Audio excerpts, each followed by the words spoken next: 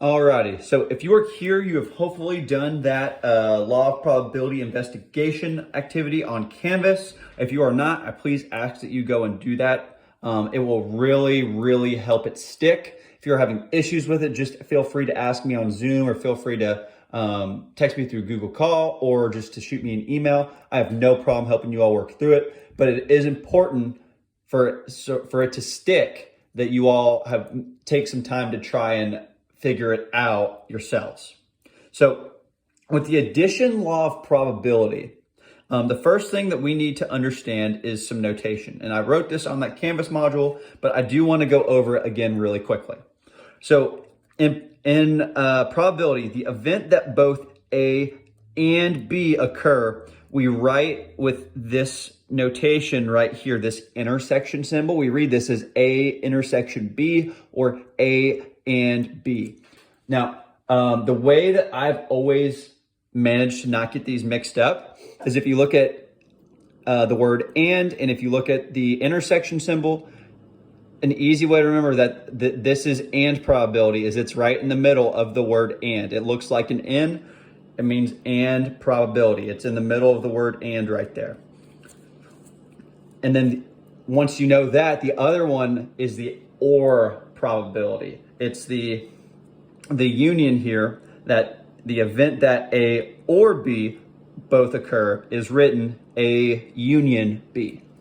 Now, the actual addition law of probability here, the mathematical definition here is if we're talking events A and B, that the probability of A or B is equal to the probability of A plus the probability of B minus the probability of A and B.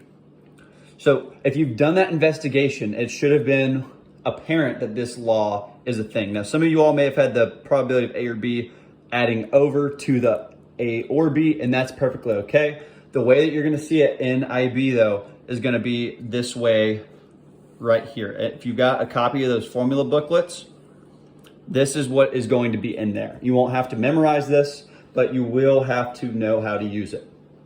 So we're going to look at an example. First one we're going to look at is just going to be plain numbers of us working on this probability right here. So it says if the probability of A is 0.6 or 60%, probability of A or B is 70%, and the probability of A and B is 0.3, find the probability of event B happening here. So these are as easy as just substituting in what you know and then trying to see where you can go from there. So I'm going to substitute in everything that we know here. So we're going to say 0.7, and you can see I tried doing this beforehand, so I scratched that out, equals probability of A, which is 0.6. We don't know what the probability of B is here, so we're going to leave that as the probability of B minus the probability of both A and B occurring, which is 0.3, 30%. So now we've just got a very simple equation that we can solve here. 0.6 minus 0.3 is 0.3 itself. So we've got 0.3 plus the probability of B equals 0.7.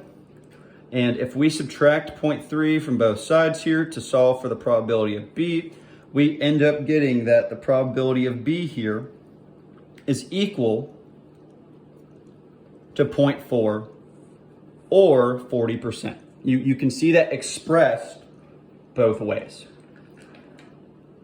And so really, we got pretty short notes on this today.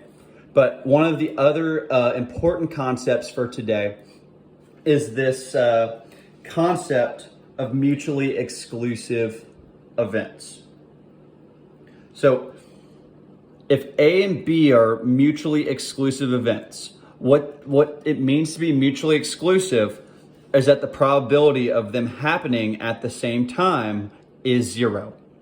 So like, let me think here. The probability of it being Monday and Tuesday at the same time are disjoint mutually exclusive events. It cannot be Monday and Tuesday at the same time. And so if they are mutually exclusive, that means that the probability of both of them happening is 0. The formula goes from being A or B. And you know what? I'm going to write this out real quick, because the original formula here that we've got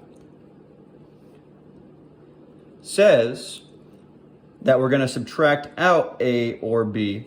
But what this is saying right here is that if the probability of A or B equals 0, if we're going to replace this with 0, we're just not going to include it at all. We're just going to shorthand it.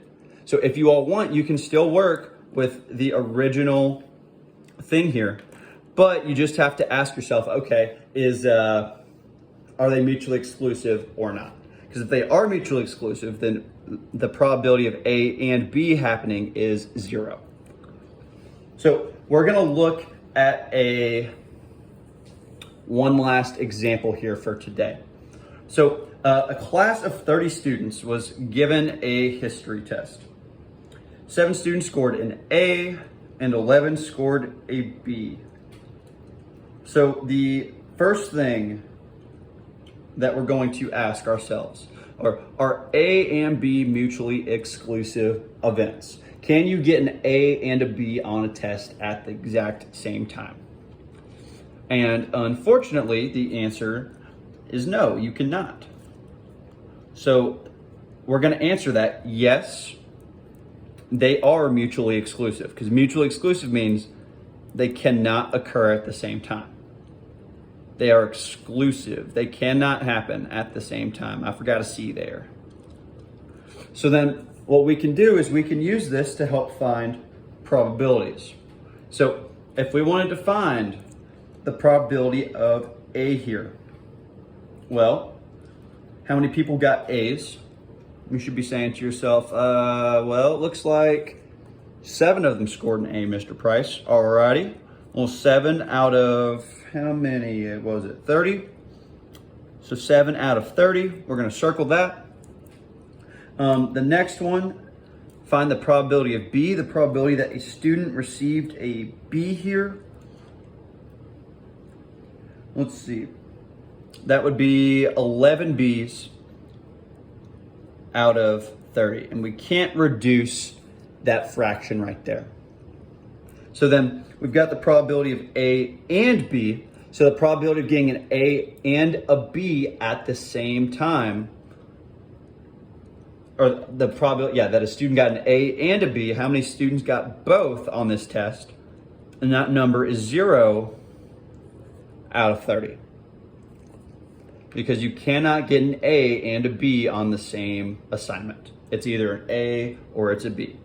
And the last one, probability of A or B, I'm going to go ahead and just to keep us in the habit of this probability law, I'm going to go ahead and write this out. Probability of A plus probability of B minus the probability of A and B.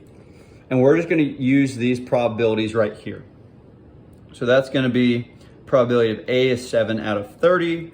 Probability of B here, so we're going to say plus, is 11 out of 30. And the last one here, we've got minus 0 out of 30.